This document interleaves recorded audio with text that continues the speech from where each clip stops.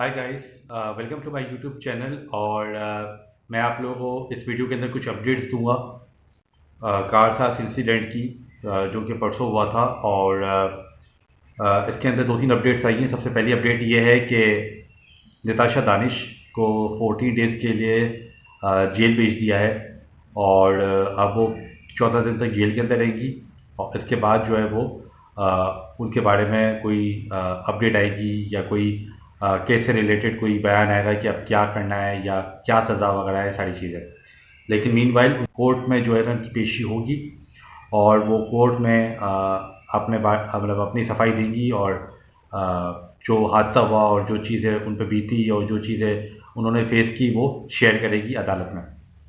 ये तो वही खबर। दूसरी खबर ये है कि जैसे कि आप लोगों को पता है कि उनके वकील ने ये कहा था कि नताशा जो है वो पागल है और मेंटली जो है वो मेंटली डिस्टर्ब है।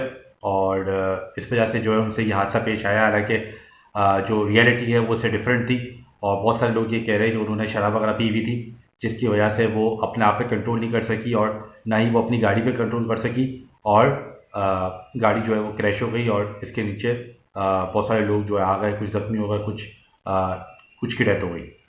लेकिन जिना हॉस्पिटल में इनको दाखिल किया गया और जिना हॉस्पिटल ने चेकअप वगैरह किया उनका और सारी चीज़ें उनकी देखी। तो जो डॉक्टर है जिना मेडिकल के डॉक्टर, उन्होंने कहा कि किसी किस्म की कोई भी जो है साइन नहीं मिली है कि वो मेंटली डिस्टर्ब है और मेंटली इल है। कोई किसी किस्म की कोई भी जो है ना वो एविडेंस नहीं मिली है। इसका मतलब शी इज़ मेंटली ओके और कोई ऐसी बात नहीं है। और उनको डिस्चार्ज भी कर दिया जिना हॉस्पिटल से।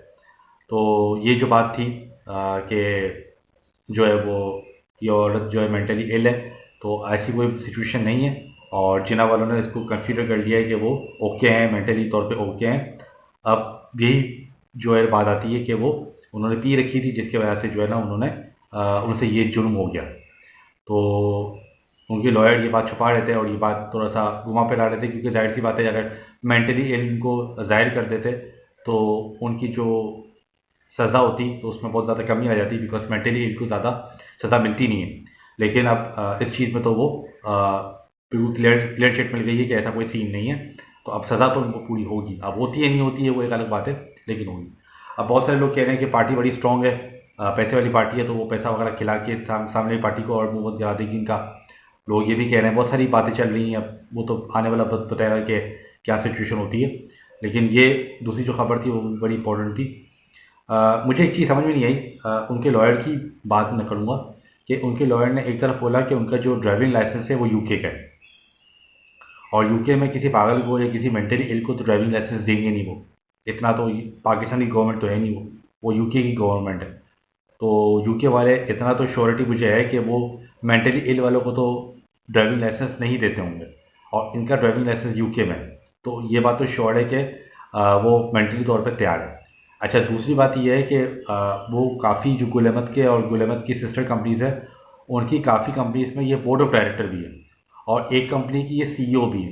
एक अगर औरत मेंटली इल है तो वो सीईओ कंपनी की कैसे बन सकती है और वो 7 to 8 कंपनीज़ की बोर्ड ऑफ डायरेक्टर में का पार्ट कैसे बन सकती है? मतलब ये तो जब टॉप मैनेजमेंट में अगर कोई आता है तो मेंटली तौर पर तो बड़ा शार्प होता है, तभी वो टॉप मैनेजमेंट में आता है। बिकॉज बोर्ड ऑफ डायरेक्टर का मतलब कि आपके अंदर आपके पास सारी डिसीजन मेकिंग पावर है, कंपनी की सारी डिसीजन मेकिंग पावर आपके पास है।